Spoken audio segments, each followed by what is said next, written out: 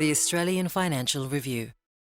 2.5 weeks ago, the Australian Financial Review's economics correspondent, Ronald Mizen, was in the middle of a very tough interview.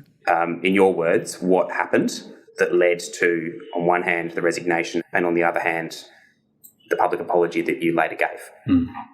Well, a couple of things. There were two matters at that particular meeting that I accept. I unfairly was critical of the staff involved in those two matters, and I spoke inappropriately.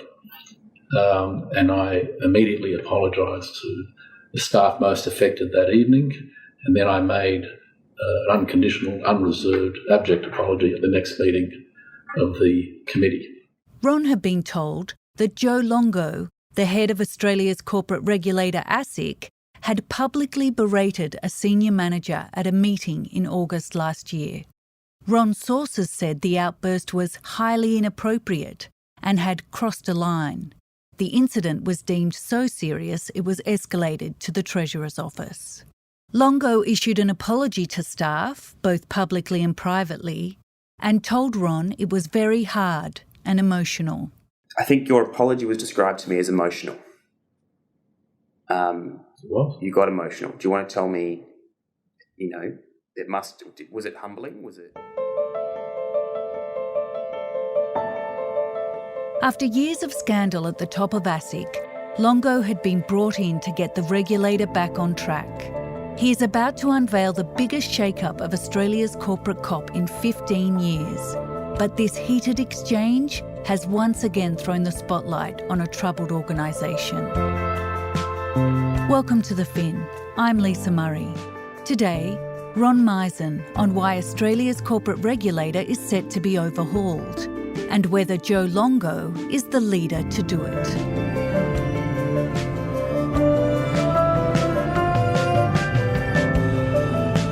It's Thursday, February 9.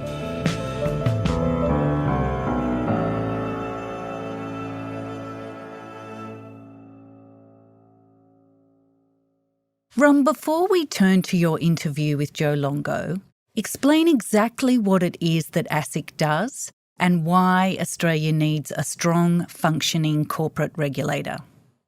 Yeah, so Lisa, ASIC is ostensibly Australia's tough cop on the beat for corporate crime. Its job is to make sure that businesses and the people that run them follow the law, and if they don't, that they're held accountable and punished. Most countries that want to participate in the global economy have a corporate watchdog similar to ASIC, and this gives people, whether they be customers, investors, or even competitors, some confidence that the playing field is fair. And as long as there's been white-collar jobs, there has been white-collar crime, especially when there's big money at stake, and that's where the watchdog really steps in. But their jobs aren't just about going after insider traders, fraudsters, scammers, cheats, the kind of people trying to build wealth by illegally taking it from others. It's also about making sure that markets work fairly and efficiently. So last month, for example, ASIC fined a mining company $450,000 for effectively failing to follow the rules that require it to keep investors updated about its activities. And it also fined an energy company $40,000 for what we call greenwashing, which is where businesses make false or misleading claims that their products or services are somehow environmentally friendly. So needless to say, it's a pretty big and broad job. And so to begin to really answer your question, Lisa, of why we need a well-functioning corporate regulator, you need only look at the findings of the Hayne Banking Royal Commission a few years back. It found widespread wrongdoing in the financial sector over a very long period of time. Everything from charging hundreds of millions of dollars of fees for absolutely no service, as we found was the case with all of the big four banks and AMP, to exposing a cottage industry of dodgy financial advisors who were essentially pushing their clients into products that weren't in their best interests, but gave them the biggest commissions. So really, that's why we need a tough corporate cop on the beat. And is ASIC a tough cop? Would you characterise them that way? Because the findings from the Hayne Royal Commission suggest that it fell well short of public expectations. So how did ASIC respond to those criticisms? Has it improved since the Royal Commission handed down its findings? Yeah, so Justice Kenneth Hayne, who was the Royal Commissioner, found many flaws with ASIC in his final report. He basically said that it was too close to businesses it was supposed to be regulating and that it was too timid. It wasn't a guard dog, it was a lap dog. But even as the Royal Commission was underway, there was a change of guard at ASIC. A new chairman, James Shipton, was appointed, and he's a former Goldman Sachs executive who joined after working at Harvard Law School, a bit of a star appointment. He was also joined by a fresh clutch of commissioners, including Victorian barrister Daniel Crennan, who was brought on as his deputy to spearhead what would effectively become ASIC's new powerful Office of Enforcement and a post-Hayne approach known as why not litigate. So the idea was to right past wrongs uncovered by the Royal Commission by being more aggressive, going to court more often and enforcing more penalties. Now, one of the most high-profile cases of the post-Hayne era, Lisa, was known as the Wagyu and Shiraz responsible lending case against Westpac. Now, it technically began before the Royal Commission even got underway, but for reasons I won't bore your listeners with, became synonymous with that era. At its core, the case was about what the proper processes were for banks to decide whether someone should get a loan. Now, why did it become important, or why did it become so high profile? Well, first, the presiding federal court judge at the first instance, a guy called Nye Perham, found in favour of Westpac in a famous judgment in which he said, he said, I may eat Wagyu beef every day, washed down with the finest of Shiraz. But really, if I want a new home, I can make do with a much more modest fare. That's quite a line, isn't it? Yeah, and you can see why, journalists, we love a quotable quote. And so the case, of course, became the Wagyu and Shiraz case. And effectively what he was saying is that people could cut back on their expenses to pay their mortgages, which means that the way that banks were going about determining whether people were eligible for a loan, which was by using a basic benchmark as opposed to their actual expenses, was just fine. But the reason it became really high profile was more to do with the fact that ASIC appealed the decision to the full bench of the federal court. And that judgment, which it lost again, this time 2 judges to 1, was handed down in June 2020, in the depths of the COVID-19 pandemic, when it was still very unclear about what was going to happen with the economy. And banks were telling the government that this case was creating deep uncertainty, and appealing to the High Court, the final sort of court of the land, could force them to hold back credit during this really uncertain time. And my colleague John Keogh actually wrote at the time that the Morrison government and even the Reserve Bank were placing huge pressure on ASIC to drop the case. Almost overnight, that why not litigate approach fell out of favour. And everyone, even the corporate regulator, was expected to do its part to get the economy going and help it get through the pandemic period. And ASIC, for its part, dutifully complied, and the case was dropped.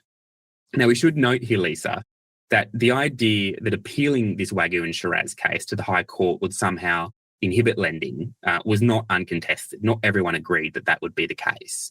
So former Commissioner Sean Hughes, who finished up with the regulator just last week, said there was no evidence whatsoever that that would happen.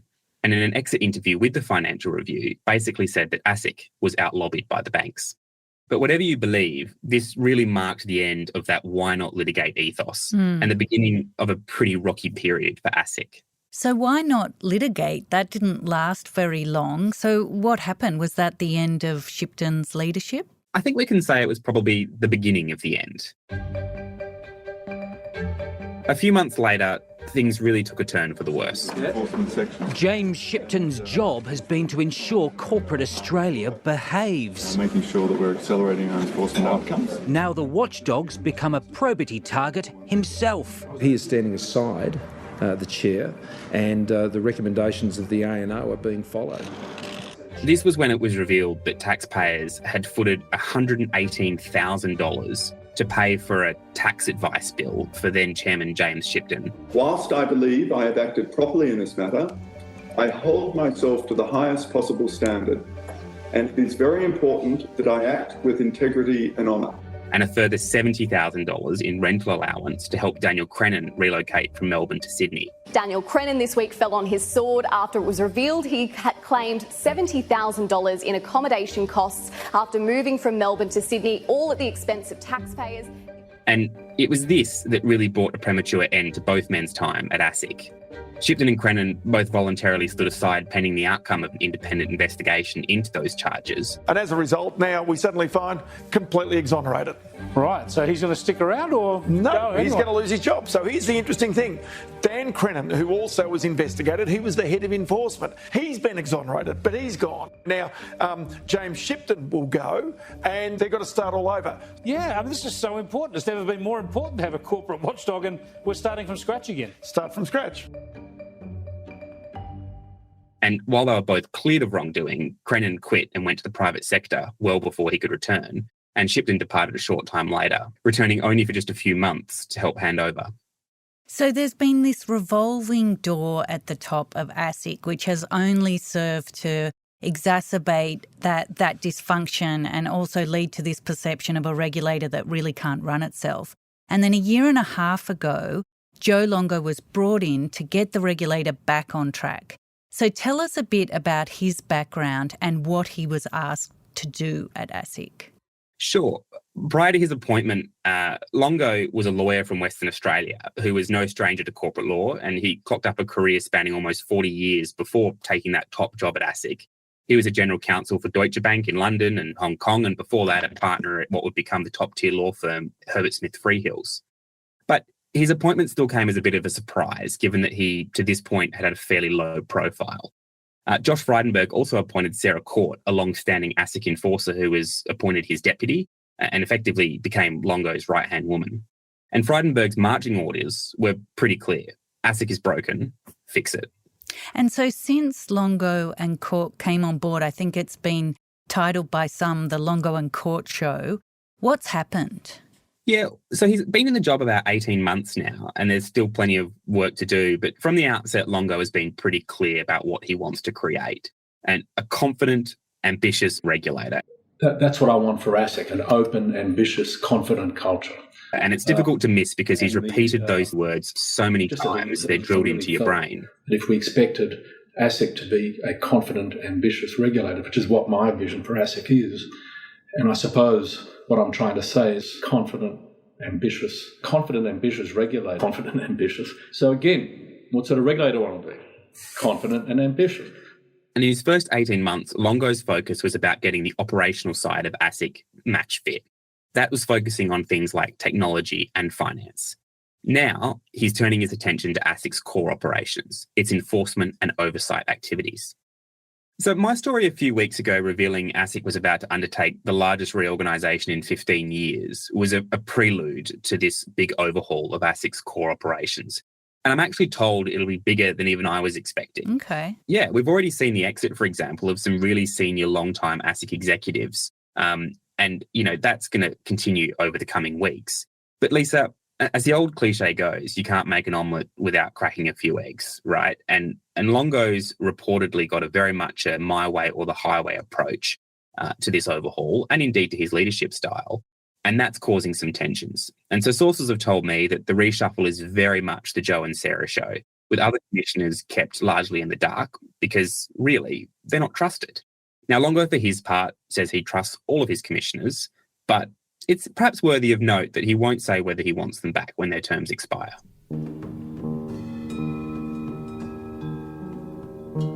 Then there's also Joe's behaviour. Late last year, a complaint was made about his conduct at an enforcement committee meeting that was deemed so serious it had to be elevated to both Treasury and even brought to the attention of Treasurer Jim Chalmers.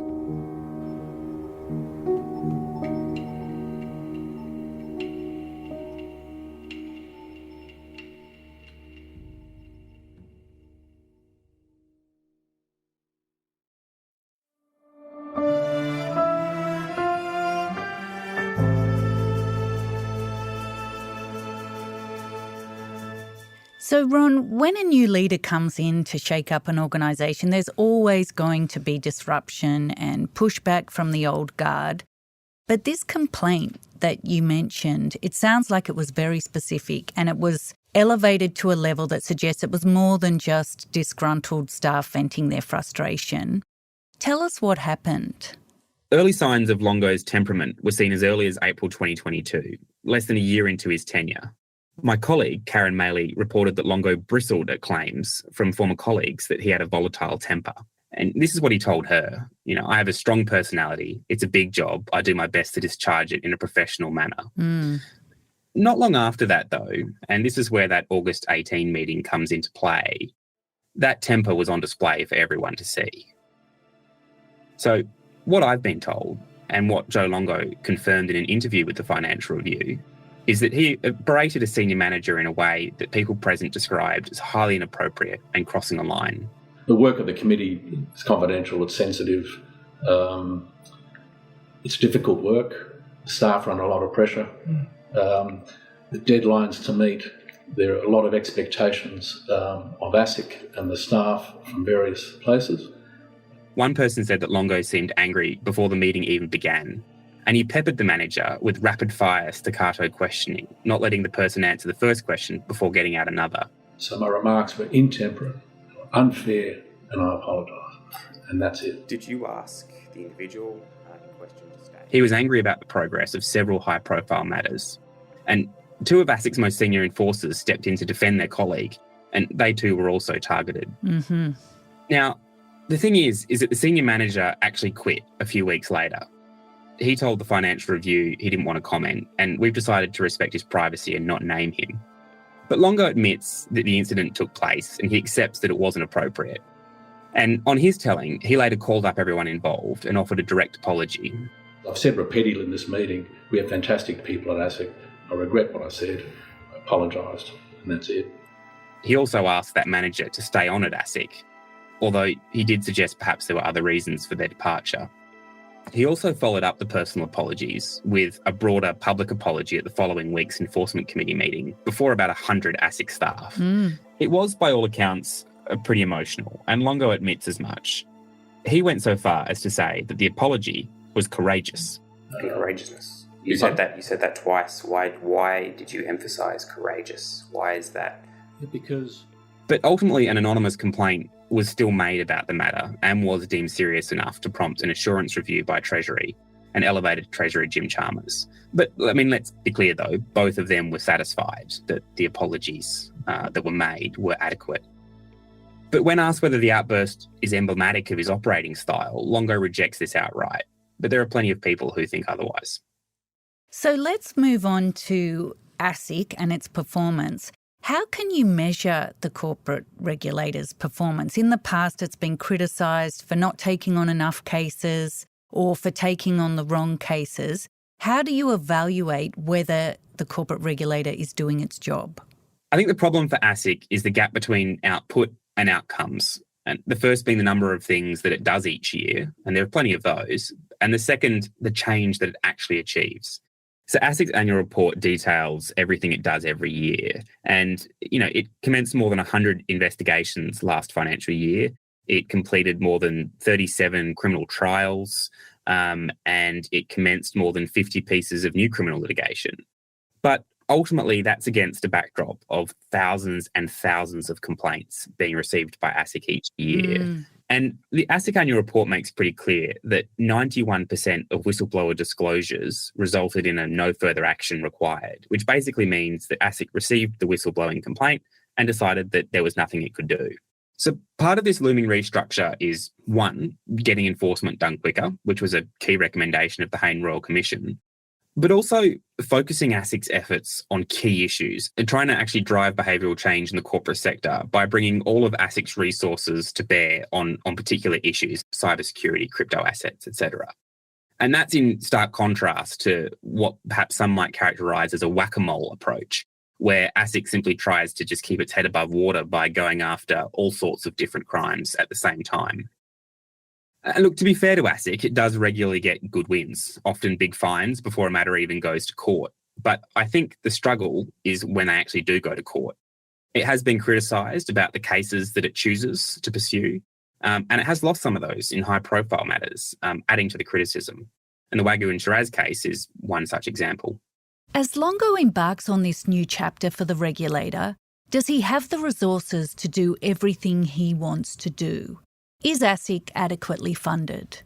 Well, my colleague Joe Aston wrote a column last week in which I think he made the really astute point that to be effective, ASIC needs to be feared by business, no matter how deep their pockets are.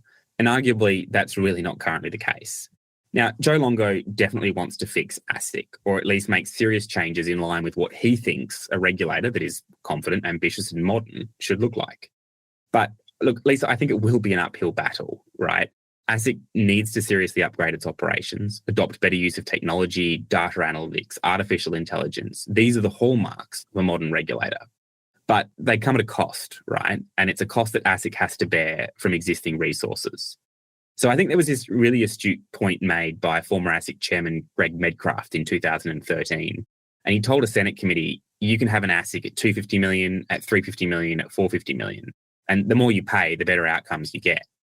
Now, a decade on, we've got an ASIC at $800 million. And a big part of that comes through industry charges. So basically ASIC charging the very same people that it's regulating.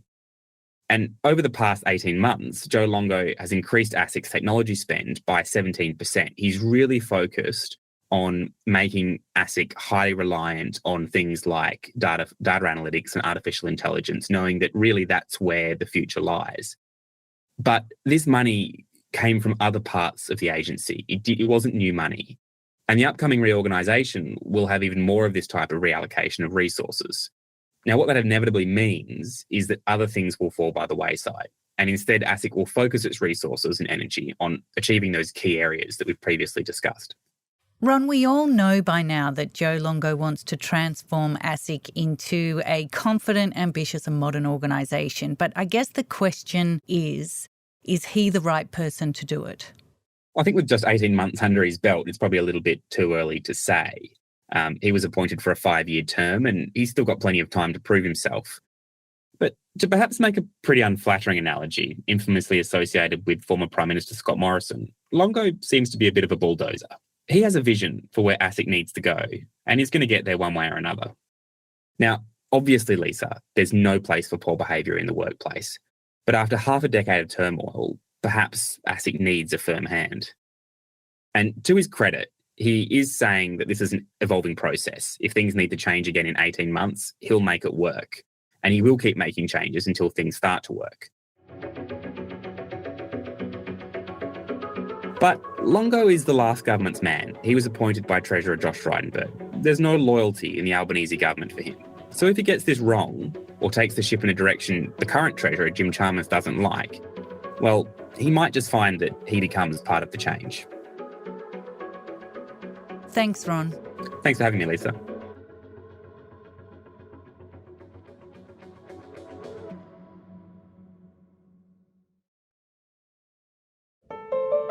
Here's the other big stories we're covering this week. Employees of banks, insurers and super funds who are not registered financial advisors should be able to provide a simple form of advice to consumers without being subject to a duty to act in the best interests of clients. The recommendation was contained in a new report released by the government on Wednesday. Alan's lawyer Michelle Levy, who chaired the review on the quality and accessibility of financial advice, had been under pressure to water down her controversial plan. But she has recommended this second tier of advisors be subject to a new duty to give good advice instead. The government has not given its response. And Madam Speaker, the President of the United States. In his State of the Union address, US President Joe Biden took credit for falling unemployment. I've come to report on the state of the nation, the State of the Union. He also called on Congress to pass an assault weapons ban. And my report is this: the State of the Union is strong because you, the American people, are strong. And he wants to increase taxes on corporates and the wealthy, calling for a billionaire minimum tax. Thank you for listening to The Fin. I'm Lisa Murray with Ron Mizen reporting today. The Fin is produced by Alex Gow and Lap Fan. Fiona Buffini is the executive producer. Our theme is by Alex Gow. If you like the show and want to hear more, follow us wherever you get your podcasts and consider rating and reviewing us as it helps others find us. For more stories about markets, business and power, subscribe to The Financial Review at afr.com/subscribe. See you next week.